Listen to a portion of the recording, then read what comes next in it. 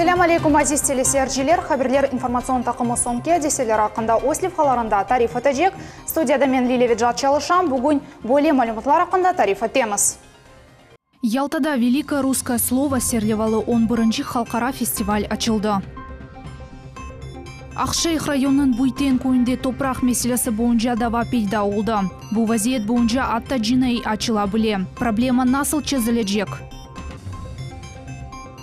Қырым Жұмхуриятының ішкі ішлер назырлығының бөліклері гражданларға девлет қызмет көстергені, шу жүмледен электрон шекілде қызмет ақында мевзуда брифинг олып кечті.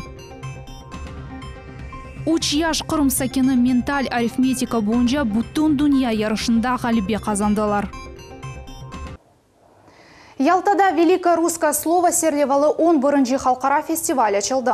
Шәріфлі мұсафірлер жедвелі бұ елі Пекин аштар. Мұнда жемиет ве сессии эрбаплар, регион ве ерлі органлар реверлері, ижади илми зиялылар, дин адамлары, ресми шахыслар, чоқтан-чоқ четел мұсафірлер ве Қырым сакенлері. Великое русское слово фестивале черчевесінде илкеде книжные аллея сергісі açılды. Açылуф мерсінде бізім ұхбірімізде болынды. Сабадан башлап Ялтаның ялы бойы мұсафірлерінен толы еді. Бұл тесадуфен дегіл. Великое русское слово фестивалі черчевесінде шерде Илксефер книжная аллея сергісі açılды. Ялы бойында Қырымлы ве Петербургтан келген китап нешірілчелерінің 35 чадыры тақдим етілді. Оларның ішінде чешет жанр эдебиятының тахминин 20 бен нұсқасы ерліштірілді. Мұнда емді Ярамаданың чешет көшелерінден келген ансамбльлер еркезіні Қырым халқыларының текрарланмас ойынларымен қуандырдылар.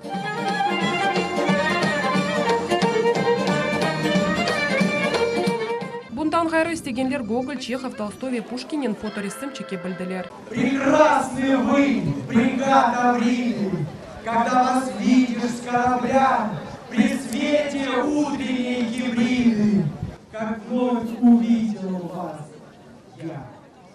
Sonra musafirlerine юбилейный adlı konser salonuna davet ettiler. Anda Великое русское слово adlı 11-ші халқара фестиваль açıldı. Tedbir bu mevzuға başlanған саналаштыруындан başlandı. O, Қырым Ярамадамызда олып кечкен тарихи вақияларны, Русия devletçigi şekilleнгенini aks ettirdi. Festivalni açқан vaqt Rusiya Federatsiya Şurasının başı Valentina Matviyenko Rusiya Federatsiya Prezidentinin Vladimir Putin'in sözlerini okudu. Valentina Matviyenko qayd etkenine ko'ra festival yıl adet üzere Rus tili konu geçirildi. Bu san ise Aleksandr Pushkin'in doğan kunune rast keldi. Tamam bu şahıs Rusiyanın belli şairi, gururu ve şan şöhretidir. Для меня большая честь быть в этот день вместе с вами, с теми, кто любит русскую литературу и бережно хранит великий и могучий русский язык, кто посвятил свою жизнь его изучению и распространению. В этом зале не только граждане России. Вместе с нами здесь русисты, общественные деятели, почитатели русского языка и русской литературы из без малого 40 государств ближнего и дальнего зарубежья. Позвольте выразить вам, дорогие друзья, глубокую, искреннюю признательность за ваше беззаветное служение идеалам просвещения, культуры, духовности, сближения стран и народов. Өз чықышында Қырым елбашчысы Сергей Аксенов qayd etdi ki, фестиваль ел-елдан өз сынырларыны кенлештіре ве мешур ола. Мы сегодня сродни, знаете, как Санкт-Петербургскому экономическому форуму, только становимся такой культурной площадкой для проведения вот таких прекрасных мероприятий. Я рад, что фестиваль процветает, что он продолжает расти. На самом деле, в этом году планка фестиваля поднята на самый высокий уровень. Свое послание и приветственное слово нашему фестивалю прислал наш президент Владимир Владимирович Путин, а председатель оргкомитета согласилась стать Валентина Ивановна Матвиенко. Спасибо вам огромное, Валентина Ивановна, за ваше решение. Қырым Жұмхурiyet Devlet Şurasының başı Владимир Константинов qayd etdi ki, Великое русское слово фестивалі рус тілі мәселелерін музакире етмек үшін мейданыdır. Но очень важно, что мы имеем место, где мы можем встречаться, общаться, делиться проблемами. Я уверен, обязательно при нашем президенте мы найдем решение всех наших проблем. Фестиваль с открытием, фестивалю быть, удачной работы фестивалю. Фестивальның шәрефлі мұсафирлері арасында Русия Федерациясының тәсіл назирі Ольга Васильеваны ве Санкт-Петербург шәрінің губернаторы Георгий Полтавченконы qayd etmek мүмкін. Қырым Devlet Şurasының рейс muavini Ремзи Ильясов қанына көре фестиваль Ярамадамыз үшін чоқ имкан ача. Ве Ярамаданы Русияның язлық пайтақты деп адламақ мүмкін олacak. Сегодняшний форум, он имеет другой статус. Его взяла под патронат Валентина Ивановна Матвиенко. Это тот шаг, который, я полагаю, все-таки раскроет Крым перед Европой, и мы увидим в недалеком будущем отмены санкций и экономический рост, культурный рост Крыма в целом. Кайт etmелеге тантаналы мерасимде Русия Федерациясының чешет субъектлерінден ұзақ ве яқын шетелден келген элитлер болындылар. Ломоносов адына Москва Девлет университетінің ректоры Виктор Садовничий рус тілі бойынша Умум Руси Олимпиадасының ғалиблеріні диплом ве қатара бақшышлар иле мукафатлады. Белі олғана кыбы юз инсандан тек уч талебе ғалибе қазанды. Моя работа была заключена из 3 этапов. Первый этап был школьный, он был в виде тестов. Второй этап был онлайн, а третий – награждение. Я принимаю участие в олимпиадах не в первый раз. До этого я тоже часто в них участвовал. Мне было достаточно тяжело участвовать в этой олимпиаде. Я показал себя в полной мере, постарался выполнить все задания как можно лучше. Я приехала с Белогорска, мне 10 лет. Заключалась моя работа, она состояла из 3 этапов. Первый этап в тестах, второй сочинение видео, а третий награждение. Из нашей школы всего принимало 10 детей. Мой класс 5 человек, из Б-класса 2 человека, из 8-го. Тедберна хор турецкого серлевала арт-группа ось концерт программасы или яраштырды.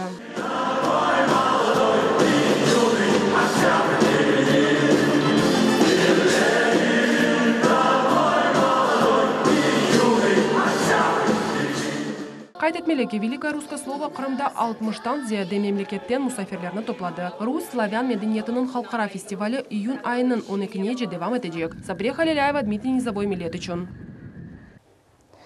Қырым полис хадимлері бақчысара яшаған мемур қадыны яқаладылар. О баланы балалар бақчасына алмаға ярдым еткені үшін хабар алуфда қабатлана деп хабер ете Қырым Жумхурет бойынша ішкі ішлер назырлығының матбуат қызметінде. Идареде хабер етілгеніне көре бақчысарайының бір мескен қорантасының мудирі 2 яшлы баланы бала бақчасына ерлештірмек мақсадының ерлі сәкінден 20.000 рублей алуфда қабатлана. Мемур қадынға незбеттен жинай иш açılды. Мадеге бинайын қануны бозған 6 елға жиапске алына біле. Шымдылік о бір ерге чықмайып, өзіні доғыру алы бармақ керек, жинай иш махкемеге йолланылды. Ақшейх район Буйтен койының сакенлері Девлет Дума мебусы Руслан Бальбекке мураджат еттілер. Койден топрақ меселесі бойынша дава пейда олды. Ерлі сакенлер тап Украина деврінде ось топрақ пайларыны Преображенская шіркетіне керіға береділер. Қырым Русия еркеніне кірген сон, шіркет Русия весиқаларыны ресмелештірмегені себебінден ось ішіні тоқтатты. Топрақ башқа Инфокар адлы шіркетте кечті, о эвелки шіркетінің ішіні девам етмеге ақы олғаны ақта хабер етті. Ве бұ ерде ось фалетіні алып бара. Ерлі сакенлер боле қарарнен разы оламайлар, бұл себептен бізге мураджат етіп, бұл меселені чезмеге ярдым сорадылар. Василий Гара давалы топырақның сайыплерінден бірі ола. Бұна бақмадан өз топырақ пайында қой қожалық өсімліклеріні сачып оламай. Бұның себебі бір белгісіз шіркет, оның территориясыны қанунсыз құланғаны иле бағлы. Имеючи на руках вот пакет документов, имеючи 3 земельных пая, не могу туда зайти на свой пай как собственник, не заключая договора ни с кем. И хочу работать самостоятельно. И вот с января месяца уже в протяжении 5 или 6 раз они лезут Инфокар, вновь прибывшее до нас фермерское хозяйство, лезет на наши поля и обрабатывает, и не дает никакого нам спокоя. Татьяна Мальцеваға топырақ ана бабасындан мирас оларақ қалды. Ерлі сакины тарафетеки да учил евелсі о Преображенские шіркетнен девамлы сайылмаған анлашманы имзаланған еді. В 2014 году мы еще были у преображенцев, это еще было как украинская ситуация. Мы заключили на год, на 9 месяцев, почему-то все об этом молчат, забыли. Мы заключили только на 9 месяцев с ним договор, понимаете? В 2015-м я уже землю забрала. Я забираю землю, мы уже сели в том году, уже земля была спахана. Тут приходят вот эти товарищи, неизвестно что, никого не поставили в известность, даже не удосужились кого-то позвать, хотя бы поставить, хотя бы как-то поговорить с людьми, вы понимаете? Мне звонит сосед, говорит: Таня, твою землю сеют. Бу топрахнын бағылы да бір екені Елена Ряхова тариф етті. Топрахнын сайбы оның қарт бабасы ола, ама бүгінгі күнде оның ұқықи весиқалары жоқ. Мой дедушка в возрасте, ему 70 с лишним лет, у него забрали оригиналы и не отдают. Мотивируют тем, что надавили тем, что сказали, что надо будет платить ежемесячно 20 тысяч, вы не сможете. То есть была произведена моральное давление, да, было на него. Из-за этого он испугался, отдал эти земли. Теперь не можем забрать документы, они работают на этих землях, то есть вернуть никак не могут. Уже обращались и в суды, и везде. Нигде нет никакой управы. Бу вазиет ерлі керачыларны да ачуландыра. Преображенская шirketi өз фаалиетini екіленген сон, топрақны Буйтен көйнен герлі иш адамлары кираға алдылар. Ама шында олар да қиын вазиетте булыналар ве ішіні тоқтатмаға мечбурлар. С 2014 года мы обрабатываем, людям платим, налоги платим. Является в 2016 году, в августе месяце, некая фирма «Инфокар». Договориться с ними не получается. Народ пугают. Идите, обращайтесь в суд. У меня все документы, Госкомреестр. У них договора эти. Соглашения они каким-то мотивируют, что они получили соглашение с Украиной. Какое соглашение? Какой-то сидит в Запорожье депутат украинский и дает соглашение на людские земли. Оно так и есть. Его печать, его подпись. Как так может быть в нашем государстве? Это Россия. Ақшайх район мемориет реберлерінің білдіргеніне көре топрақны Преображенская шirketіне кираға берген гражданлар да 2016 сененің октябрь айында топланып мемориетке мұражат еткен еділер. Юқарыда анылған шirket Русия ұқуқи саясына кечмейіп, өз әрекетлеріні Қырымда тоқтатты. Каким-то образом были переданы корпоративные права другому предприятию «Инфокар», и граждане они не понимали, кто сейчас является пользователем их земельного участка. Некоторые из них хотели работать самостоятельно в своих земельных паях. Произошла конфликтная ситуация. В данном случае, конечно, это гражданско-правовые отношения между предприятием, сельскохозяйственным предприятием и гражданином, сдавшим свои земельные участки в аренду. Поэтому, конечно, рекомендуем гражданам обратиться и в судебном порядке решить этот земельный спор.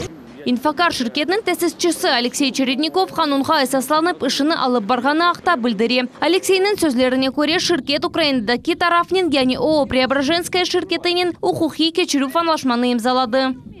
И мы являемся преемниками их вот этого украинского предприятия по стороне обязательства по договору. То есть мы приняли на себя обязательства по аренде земли и по выплате паев гражданам. Сторона по договору вправе передать свои права и обязанности по этому договору любому третьему лицу без согласия собственника при условии его уведомления, что мы и сделали.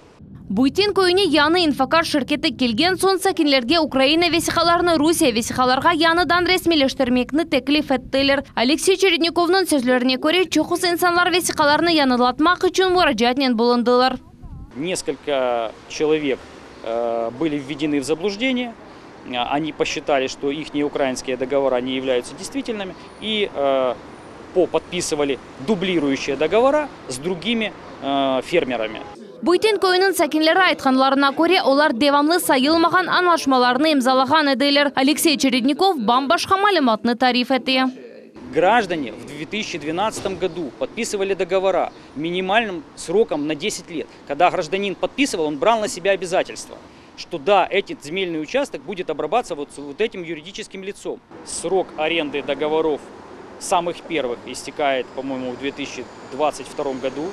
Предприятие, которое заключает договора, вы понимаете, что такое сельскохозяйственное предприятие. Это долгосрочный цикл выращивания, севооборот и так далее. Оно рассчитывает на то, чтобы его инвестиции были окуплены. И для этого именно и заключается договор, который обязывает сторону, которая подписала соглашение и передала свой земельный участок, выполнять эти условия договора.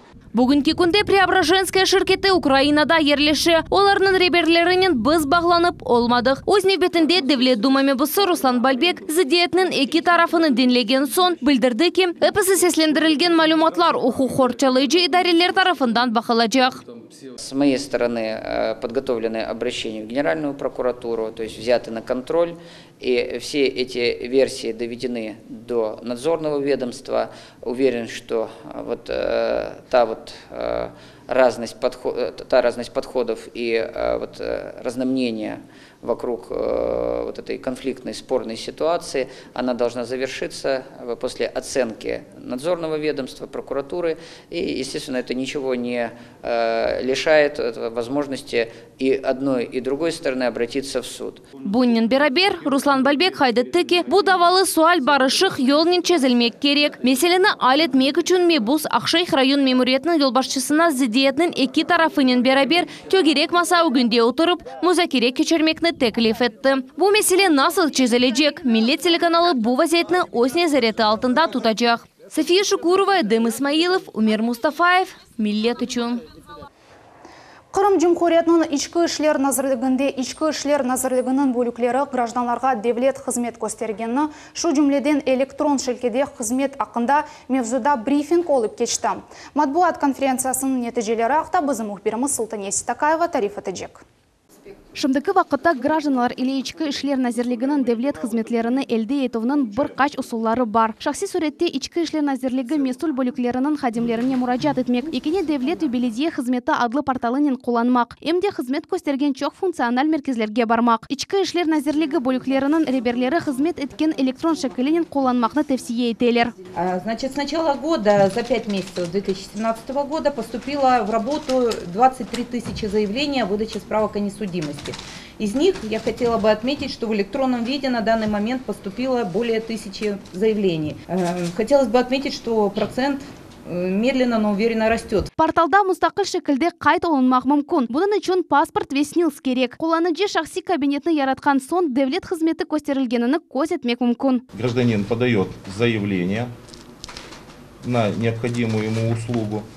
В течение одного рабочего дня после подачи заявления гражданину в личный кабинет поступает сообщение о назначенной дате и времени приема и необходимом перечне документов, которые необходимо предоставить для получения услуги. То есть это ограничивает от людей от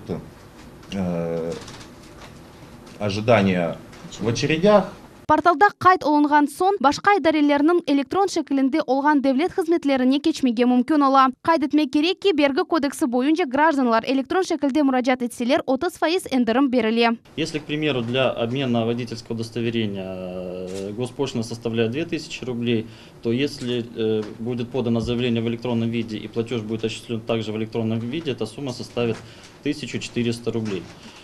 Также госавтоинспекция разрабатывает и модернизирует различные сервисы, которые размещены на нашем интернет-сайте госавтоинспекции. Приобретая автомобиль, вы можете проверить его историю на нашем сайте, вы можете проверить ограничения, которые имеются по автомобилю. Также имеется возможность просмотреть участие транспортного средства в дорожно-транспортном происшествии. Конференция кетишатында реабилитация ве архив малюмат бөлігінің мутихасыслары хабер еттілер ки, 3 ел девамында реабилитация весиқасыны алмақ үшін 54.928 аризалар қабул етілді. Оларның арасында 27.235 справка ішленілді ве теслим етілді. Справок о реабилитации в 2017 году за отчетный период было выдано 6254 штуки. Наиболее проблемные вопросы по реабилитации на сегодняшний день являются разночтение и исправление в документах. Также, как я уже акцентировала внимание и говорила, что очень плохо приходят нам ответы со Средней Азии, что является торможением продвижения работы с заявлением. Қайдетмек керек ки шымдықы вақытта Қырым Жумхуриет ичкі ішлер назерлігінің девлет қызмет көстеруі кейфиеті или гражданларын мемненлік севиесі 95%-ны тешкіл ете. Султания Ситакаева, Эдем Исмаилов, Милlet үшін. Қырым Жумхуриятның прокуроры Олег Камшилов иш адамларыны қабул етті. Оларның арасында незарет тедбірлерге оқыраған, емде топрақ дамыртылары ве мульк ресмелештіруінде қиынлықларға растkelген иш адамлар олдылар. Бұл сефер прокуратура реберінің қабулына 4 қожалық субъекті мұражат етті. Сесентрілген әрбір делил бойынша тешкірулер өткерілежек. Иш адамларына мұражат етерек Олег Камшилов ішлеріні ұқуқ бойынша кешірмекнің мүмлігі айрыжа қайтетті. Хатырлатамыз, иш адамлар үшін қабулар ағымда кесенінің апрель айында берлік кечеріле, бұл Умумрусия күнлер олар айның 1-ші салы күні прокуратура хадимлері ile кечеріле. Акмежитте Кырым Жумхуриет милетлер ара мунасибетлер ве сүргун этилген гражданлар ишлери боюнча Девлет комитетинин рейси Заур Смирнов гражданларны кабул этти. Кабул этилүү кетишатында Кырым сакинлери раатсызлаган топурак ве мескен суалер bundan гары ичтимаий меселелер музакире этилди. Тафсилатлы же биздин левхабызда. Кезлеп сакена Ления Муртазаева Хабулга топрах меселесini чезмек үміттінен келді. Оның сөзлеріне көре хадын яны сарабус яни укромная кой шурасында топрах алувни в бетенде 2006 сенесінден берле тора. Ама бу вақытқа хадар топрах да мартасыны алып олмай. Стоим на очереди на участке и хотелось бы получить участок для строительства жилого дома.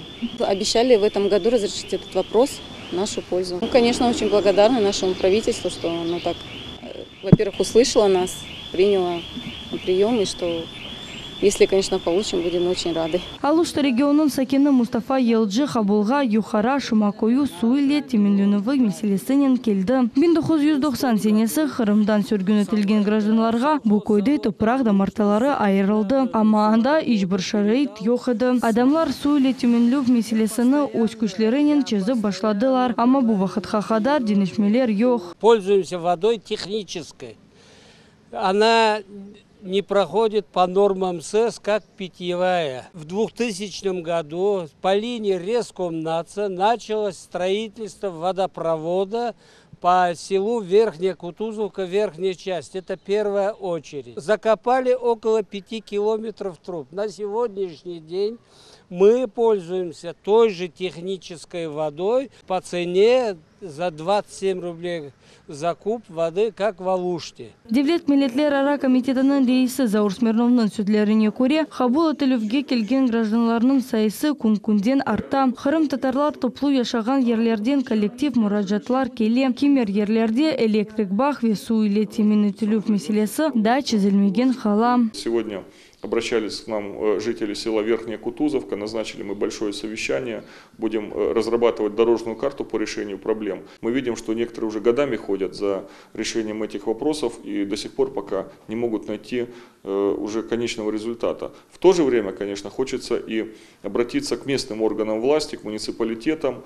И здесь, я думаю, больше зона их ответственности, нежели наших общественников. И необходимо, конечно, назначать ответственных лиц, которые бы курировали не только вопросы межнациональных отношений, но и курировали бы вопросы обустройства мест компактного проживания, для того, чтобы вот как раз-таки во взаимодействии с органами власти, с республиканскими ведомствами могли контролировать течение вот решения тех или иных вопросов. Bundan gayrı Заур Смирнов хайдетті ке бүгінгі күнде Ярымадада бойлы массивлерінің сайысы 300-ден зияде. Векемиет органлары ичтимаи меселелер алюлуновна айры дихат айырмақ керек. Солдан емеджі Думир Мустафаев, Миллет үчүн.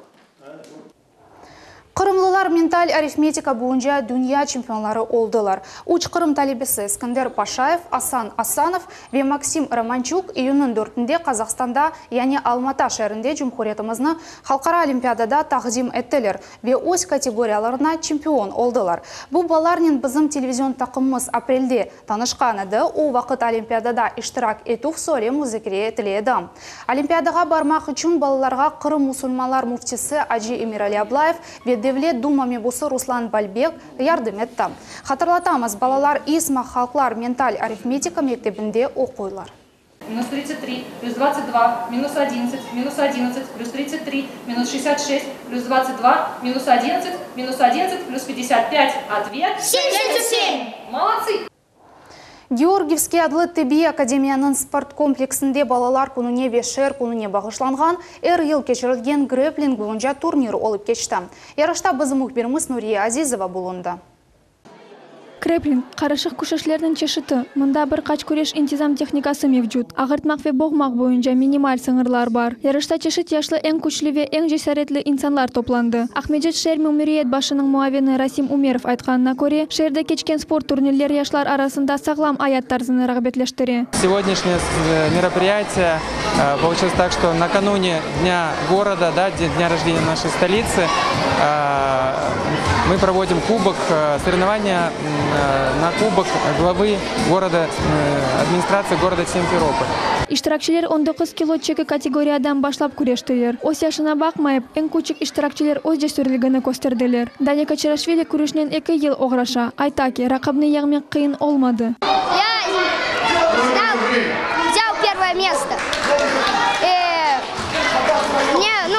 Очень трудно было это сделать, но я это сделала. Карашық көшешлер клубның идманчысы Энвер Аблякимов айтқанына көре, спортчылар бұл спорт чешітін оғырашарық, ось рухына идман етелер. Выступают мои спортсмены доволен, некоторые новички получают на данный момент опыт, некоторые выигрывают. Ну, у меня больше такого. В любом случае это польза для детей. Бұл тәдбірнің мақсады яшларны спортқа желп етмектір. Ахмеджет шәр мемориеті милетлер ара бөлігінің мудир муавені Эмиль Мамадиев айтаки. Яшларымыз спортнен не қадар жоқ оғырашса, біздің милетіміз о қадар сағлам олур. Данное мероприятие инициировано отделом по межнациональным отношениям. Проводится турнир на Кубок главы администрации города Симферополя. Приурочен он к Дню защиты детей. Вот. И, естественно, цели у нас всегда спортивные. Это опыт для детей, развитие спорта. Галиплерні кубоклар, медальер, фахри ярлыклар бекледі. Ярышның эсас бақшышы Ахмеджет шәр мемориет башының кубогы олды. Нурия Азизова, Магомед Нестуров, миллет үшін. Қырым Жұмхуриет бойынша Русия февколеде вазиет назырлығының башы дәресі ярымадада яғнығыдлық қавлы юксек олғаны ақтатпен бейелей. Бұл ақта идаренің матбуат қызметі хабереті. Бұл себептен МЧС қадимлері яңғынлар пейда олув телекусіне эксілтмек үшін профилактика тедбірлер өткерелер. Қырымның февколеде вазиет назырлығы қавсызлық айдылеріне диқат әрмақ кереглігі ақта қатырлата. Біз сесе қатырлатамыз. Милет елдызадлы бұйық ер ярышының кастингілері девам етмекте. Қырымның чоқысы қошаларында сайлав турлар енді олып кечті. Невбетеки кастингте алуштасы келнері іштірак етежеклер. Кастинг бұл базар күнім Подмосковья ижади евінде саат 10-да башланacak. Шымдылік бойы пасамалюмат яны вақалар ақында дайыма хабердар олыныз ве саат 20-30-да кележе хаберлер информацион программасыны Нариман Тарсинова или Хачырманыз. Янымыздан сонысы жанлы эфирінде Мираба Рамазан вехасын чықышын сейретмеге. Теклиф етеміз, біз ілі олыныз сағылген қалымыз.